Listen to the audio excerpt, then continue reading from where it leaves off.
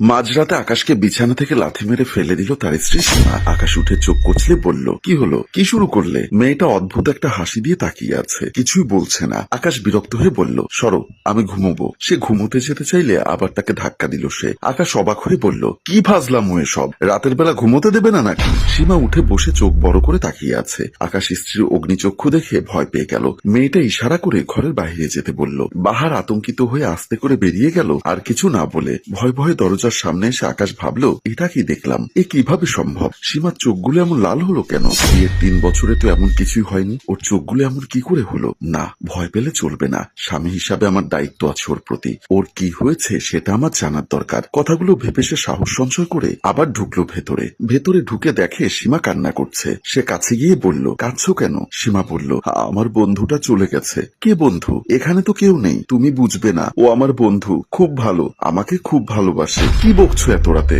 কার কথা বলছো আমি কিছুই বুঝতে পারছি না। তুমি বুঝবে না, তুমি ঘুমো। কথাটা বলে সেই মেয়েটা চোখ মুছে শুয়ে পড়ল। আকাশ তারপর তার পাশে শুয়ে ভাবছে, কি বললো মেয়েটা? এত রাতে কোন বন্ধুকে দেখেছে সে? মাথার সমস্যা হলো না তো? সেও ঘুমিয়ে গেল।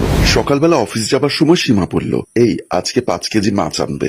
আকাশ বলল, 5 কেজি? এত মাছ তো কোনোদিন আনি না আমি। আমরা তো দুজন মাত্র। আনতে বলেছে আনবে। আরে আমাদের তো ফ্রিজও নেই, নষ্ট হবে তো। সীমা একটু চোখ গরম করে বলল, বললাম না আনতে। আকাশ ওর দিকে তাকিয়ে থেমে গেল। আচ্ছা আনবো, 5 কেজি কিন্তু। সে পাগলের মতো হাসতে লাগলো। আকাশ অবাক হয়ে তাকিয়ে আছে তার দিকে।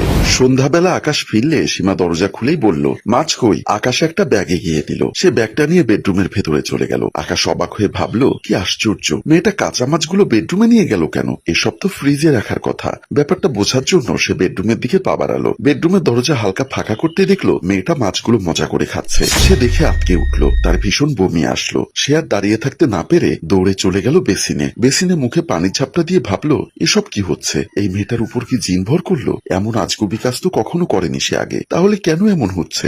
এই বিষয়টা গোড়া থেকে জেনে সমাধান করতে হবে আমাকে। রাতের বেলা শুয়ে আছে তারা, অন্য পাশে ফিরে আছে তার স্ত্রী। আকাশ ভাবছে কিভাবে এটা সমাধান করা যায়। ভাবতে ভাবতে সীমার দিকে ফিরে চাইতেই হঠাৎ দেখে সীমা উঠে বসে আছে। তার চোখ জোড়া লাল আর ঠিক তার দিকেই তাকিয়ে আছে। আকাশ কিছু বলতে চাইলো কিন্তু শব্দ হলো না। এমন সময় ঘরের লাইট অফ হয়ে গেল। আকাশ বুঝলো সীমা এবার তার উপরে উঠে বসেছে, তার গলা চেপে ধরেছে। অনেক চেষ্টা করে নিজেকে ছাড়াতে পারছে না। এমন সময় একটা হাত এসে পড়লো সীমার মাথায়। সে অজ্ঞান হয়ে পড়ে গেল বিছানায়। আকাশ উঠে বসলো। সাথে সাথে লাইট জ্বলে উঠলো। আকাশ দেখলো একটা তান্ত্রিক দাঁড়িয়ে আছে। কোনো চিন্তা করিস না, আর বিপদ নেই আপাতত, কিন্তু এই বাসায় থাকা উচিত হবে না। কিন্তু আপনি কে? এমন হচ্ছে কেন আমাদের সাথে? আমাকে তুই চিনবি না। ধরে নে, তোর উপকারের জন্য আল্লাহ আমাকে পাঠিয়েছেন। আর এসব কেন হচ্ছে এর উত্তর পাবে তোর এই নতুন বাসার বাড়িওয়ালার কাছে। হুজুর নিমেষেই যেন হাওয়ায় মিলিয়ে গেল। পরদিন সকালে আকাশ বাড়িওয়ালা রমিজের বাসায় গেল। তাকে বসতে বললে সে বলল, ভাই বসতে আসিনি, আগে বলুন এ বাসায় কি সমস্যা? তিনি বলল, আরে ভাই কি আর সমস্যা হবে, এ বাসায় কোনো সমস্যা নেই। নতুন বাসা নিয়েছেন, ভালো লাগলে থাকেন, না হলে চলে যান। শুনুন, আপনি যদি না বলেন তাহলে আমি পুলিশকে ফোন দিব, আর না হয় এলাকার লোকজন ডেকে আনবো। এলাকার হুজুর আসলে সব পরিষ্কার হয়ে যাবে। রমিজ কিছুটা ঘাবড়ে গিয়ে বলল, আচ্ছা আচ্ছা ঠিক আছে, কাউকে বলতে হবে না। আপনাদের যদি ভালো না লাগে চলে যান, কিন্তু কাউকে বলবেন না প্লিজ।